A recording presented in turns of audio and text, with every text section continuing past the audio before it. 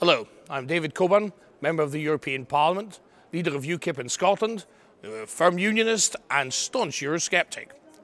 I'm going to be commenting on some current topics that affect us all directly and indirectly. In 2 weeks, Theresa May is triggering Article 50. This will be the official start of our 2-year negotiation period with the European institutions, which will lead to the official Brexit. During the last days, the House of Lords were interfering in a lot of the Brexit discussions. The Lords want to protect the rights of EU citizens to remain in the United Kingdom.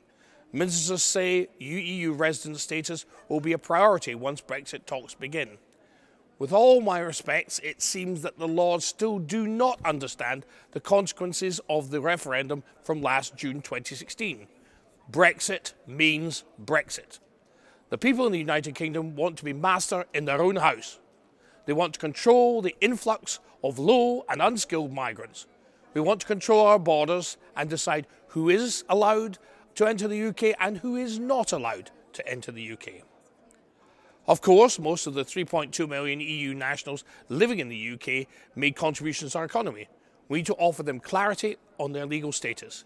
But this doesn't mean to say that we stick to the EU open border policy after Brexit has taken place. This is something the Lords, and especially Labour and Lib Dem peers, do not seem to understand. Meanwhile, here in the European Parliament, the crazy EU federalists do not understand the definition of words like democracy and freedom of speech. We witnessed an awful cabaret this week in the EU Parliament. It said they wanted to block so-called hate speech.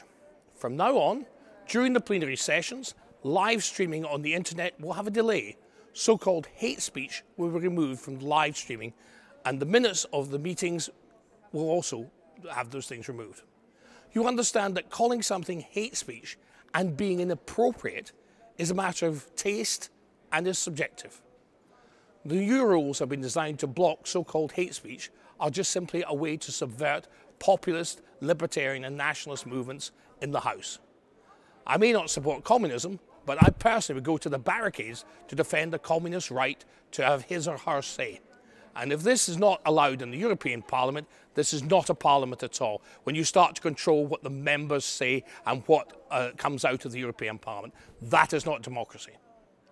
Another example of this increasing intolerance last Thursday was when the European Parliament lifted with a big majority the immunity of Marine Le Pen, the leader of the Front National in France and who may well be the next president of the French Republic. The French politician who posted 2 weeks ago a picture on Twitter showing the execution by Islamic State of some individuals. That even now this seems to be a crime to show the painful truth. The atrocities of the Islamic State. That's an entire shame. We cannot have that where you have limiting the ability of politicians to tell people the facts. Having a limited parliament where you cannot say the truth or say what you think is not a parliament at all. The examples of live streaming and lifting the immunity of Marine Le Pen show that the lights of free speech across Europe are being extinguished by a European Parliament which claims to be the mother of European democracy. Well, that's a bit of a farce, isn't it? I also sent off this week official questions to the European Commission. 2 weeks ago, Jean-Claude Juncker, the leader of the EU Commission, during a visit to the Belgian Parliament, says that the UK needs to pay up to 60 billion euros as a Brexit bill. Well, I have asked him officially in writing to offer me an exhaustive list of all the commitments the UK needs to pay for. Even after Brexit, I think mentioning a 60 billion bill is just a way of scaremongering. The problem is that Nicola Sturgeon and the SNP believe these cheap negotiation tricks. Sturgeon wants to organise a second Scottish independence referendum. I've been asked by that fine Scottish broadcaster Bernard Ponsonby, one of our great national treasures, to participate next week in an STV debate from the European Parliament. In that debate, I will be discussing why a second Scottish separation referendum from the UK would be disastrous for Scotland and disastrous for our jobs. Thank you for watching Current with Coburn. I'm David Coburn. Please subscribe to my YouTube channel and follow me on Twitter.